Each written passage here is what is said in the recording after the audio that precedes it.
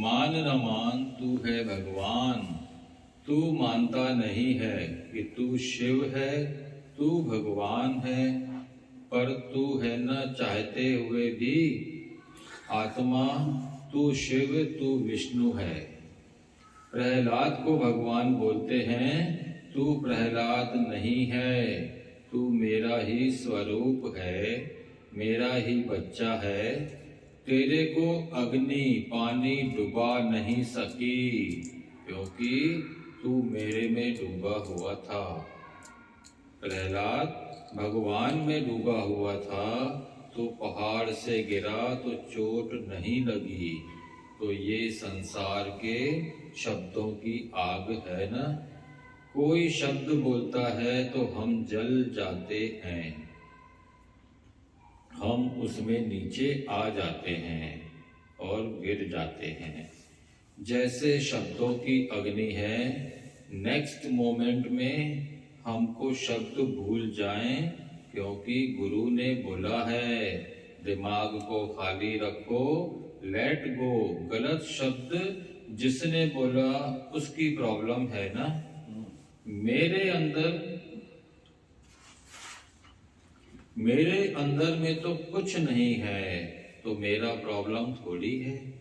मैंने थोड़ी किसी की इंसल्ट किया है, मैं थोड़ी किसी के लिए बुरा सोच रहा हूँ। हम दूसरे के प्रॉब्लम को, दूसरे के गलत संस्कारों की सजा हम खुद को क्यों देते हैं, पर हम अपने को सजा क्यों दें। कोई हमसे रीस करता है, मुझसे तेरी जैसी चीज चाहिए, तुम्हारी देवरानी बोलेगी मेरे को तेरे जैसा घर चाहिए। उसकी छोटी समझ है ना, उससे मेरा क्या ताल्लुक। मैं भगवान हूँ, मैं भगवान होकर उसको गलत क्यों देखा। मेरे से भगवान पूछेगा तू दुनिया में गया क्या क्या देखा। लिखो चिट्ठा, मैंने ये कर्म बनाया, मैं दूसरे की बातों में गया, ये जजमेंट किया, ये किसी के लिए शिकायत रखी। एक करोड़पति भगवान के पास आता था, तो उसके 5 साल के बच्चे को सर्दी लग गई।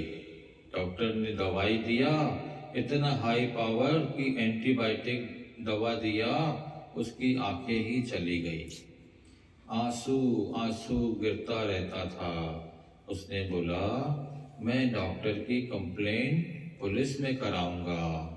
भगवान ने बोला कोई प्रारब्ध तेरे बच्चे की उसके साथ थी, तू माफ कर दे। उसने नहीं किया। उस बच्चे के ग्रह उस समय ऐसे थे, तो इतना भोगना पड़ा। केस करके बेटा तो नहीं मिलता था और भारी कर्म बन जाता था। तो ऐसे ज्ञानी हमेशा समझाते हैं कि ये प्रकृति आई है मेरे कर्म काटने के लिए, सामने आई है। चार कोई मुझे अपमान के शब्द देता है, तो आज मेरा कर्म कटा। मेरा कोई करोड़ खाता है, मेरा कर्म कटा। आज मेरे से प्यार नहीं करके किसी और से करता है, तो मेरा कर्म कटा। मेरी प्रैक्टिस हुई कि मैं भगवान से जुड़ूं। हम किसी को प्यार करते हैं, वो दूसरे को करने लगता है।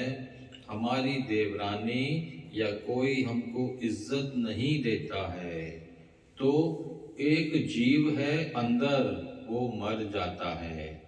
अगर हम अपने मन की पीड़ा को सह जाएं, खुशी खुशी से स्वीकार करें, तो हमारे सामने एक आकाश सामने आ जाएगा।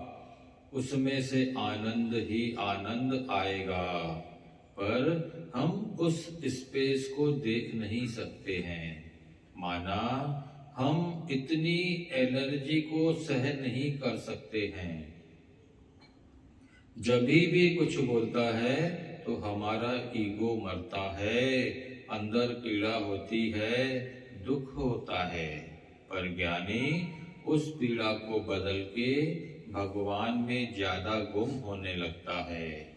उसका दिमाग आशीर्वाद से भरा जाता है, उसका दिमाग आशीर्वाद से भर जाता है। तो मौके का फायदा उठाना चाहिए।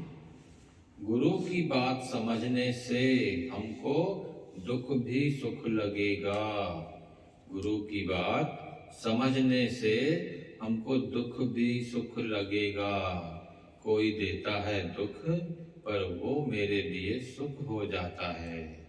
उसने हमको कष्ट देना चाहा, पर मेरा कष्ट बदल के आनंद में बदल गया। और सब मनुष्य के पास वो आनंद आ सकता है, खाली पैगंबर के पास नहीं।